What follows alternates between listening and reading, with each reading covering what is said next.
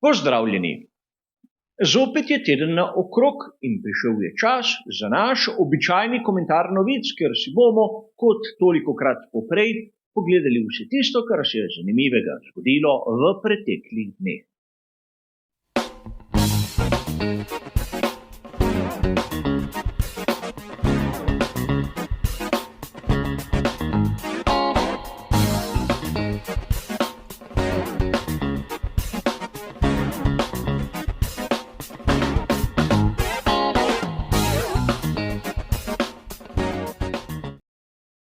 Kot ponavadi se bomo tudi danes ustavili pri 4 različnih temah. Vkolikor vas zanima, kaj piše v originalu citiranih člankov, imate tudi tokrat bližnjice v samem opisu prispevka in seveda, kot že tolikokrat poprej. Slika v barvah pomeni, da navajam tisto, kar piše v že prej omenjenih člankih. Ko se ta spremeni v črno-belo, pa dodajam moje osebno videnje, moje osebno mnenje oziroma moj komentar. Tokrat rahla razlika. Namreč v tem obdobju ni toliko novic, ki bi bile zanimive in neposredno vezane na samo dogajanje na progi. Zato danes boste videli, da vsi 4 sklopi bi lahko bili običajno v tistem zadnjem delu prispevka, ampak nič zato. Prav tako mislim, da so vse novice zanimive ter vredne komentarja.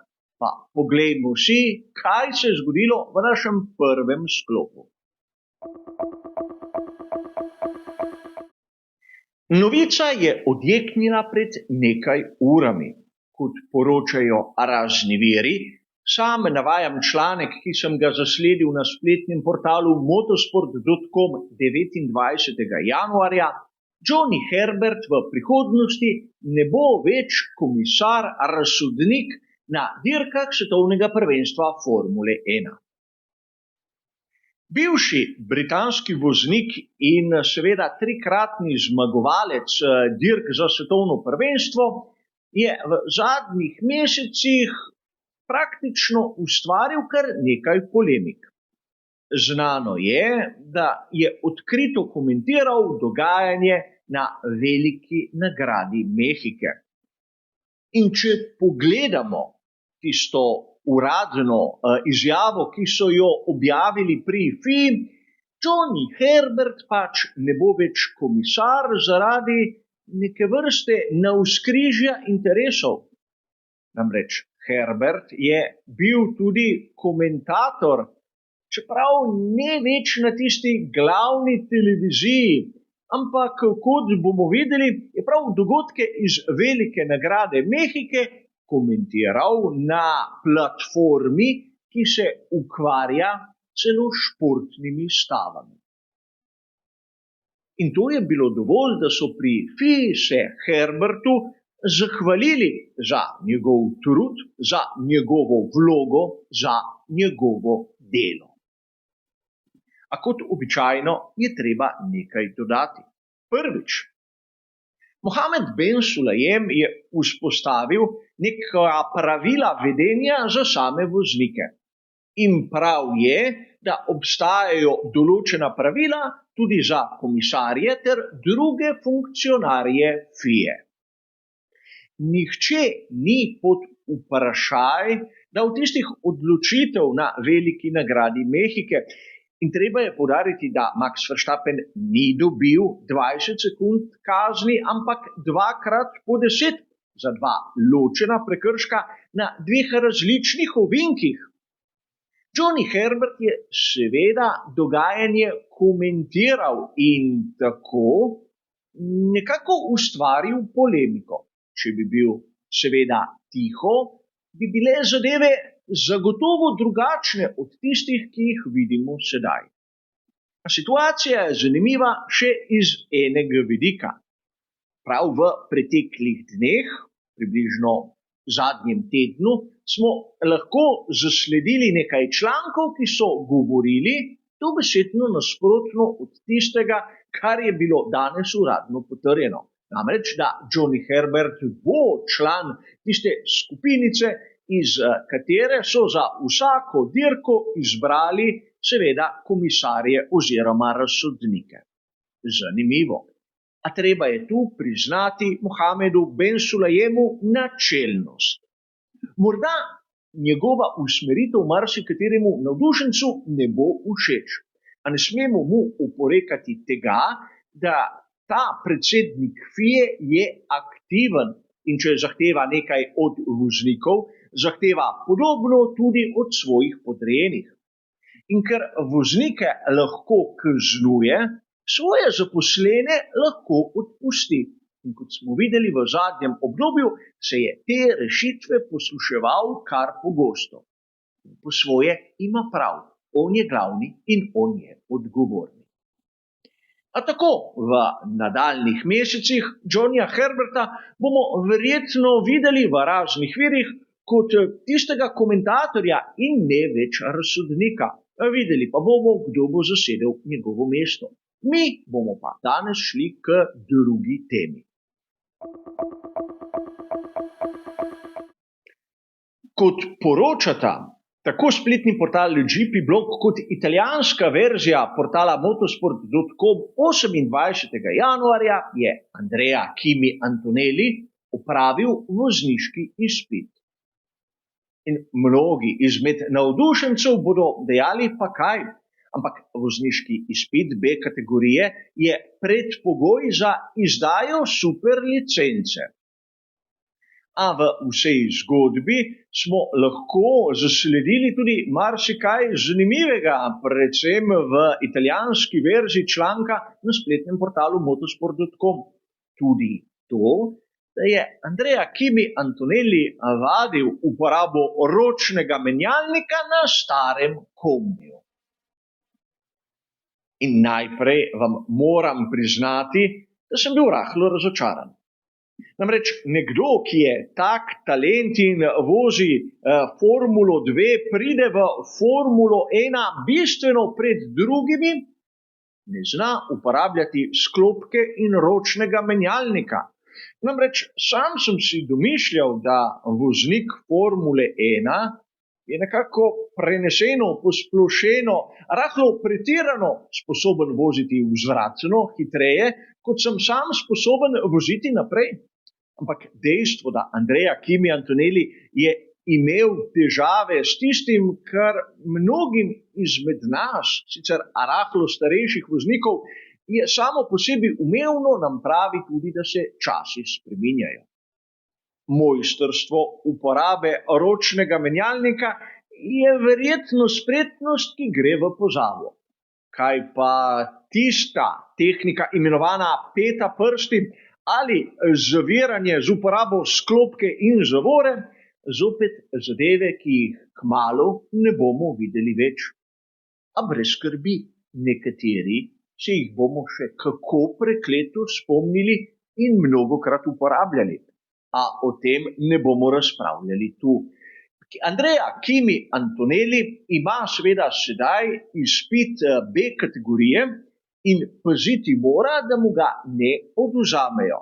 Namreč pravilniki FIE so strogi in seveda točni.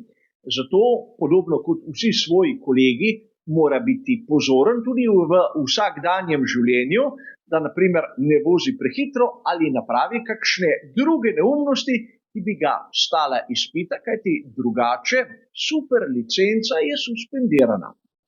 A videli bomo, kako se bodo zadeve odvile. Mi pa pojdimo k tretji današnji temi. Na spletnem portalu motorsport.com smo lahko 27. januarja zasledili članek, v katerem piše, da se bo bolid tovarniške ekipe Mercedes za sezono 2025 imenoval dvojni V16. In poleg tega smo lahko razbrali, da bo tudi uradna predstavitev 24. februarja. Torej, treba je dodati, da verjetno večina nas navdušencev je že nekako sklepala, da se bo bolid letošnje sezone imenoval dvojni V16, kajti Če je bil lani dvojni V15 in predlani dvojni V14, je nekako logično. Čeprav bi se lahko zgodilo marsikaj, bi bila sprememba načina poimenovanja bolidov nekaj malo verjetnega. A po drugi strani smo imeli kar nekaj namigov, da uradne predstavitve sploh ne bo, da bodo takoj na progi za tisti snemalni dan, ki ga prirejajo tik pred začetkom zimskih testiranj. In treba je tu na hitro omeniti, da skupinska prireditev v Londonu 18. februarja, kjer bodo pokazali nove barvne sheme iz dneva v dan, vsaj v mojih mislih, izgublja na kredibilnosti in izgublja na pomenu. A to, da bodo tovarniški Mercedes dvojni V16 pokazali tik pred snemalnim dnevom, ima tudi nekaj pozitivnih strani. Najbolj to, da ne pride upoštev kazanje kakršnihkoli renderjev, ki bi bili bistveno različni od realnega bolida. Videli smo v preteklosti, da so marsikaj tudi skrivali pri tovarniški ekipi Mercedes. Tako da v tistih dneh, ki nas ločijo do samega začetka zimskih testiranj, bomo lahko videli marsikaj zanimivega tudi pri Mercedesu. Čeprav bodo oblike novega bolida prišle na dan v bistvu tik pred zdajci. A tudi to je Formula 1. Poglejmo si še, kaj sem pripravil za zadnji današnji sklop. Za konec pa še članek, ki sem ga zasledil na spletnem portalu GP Blog 27. januarja.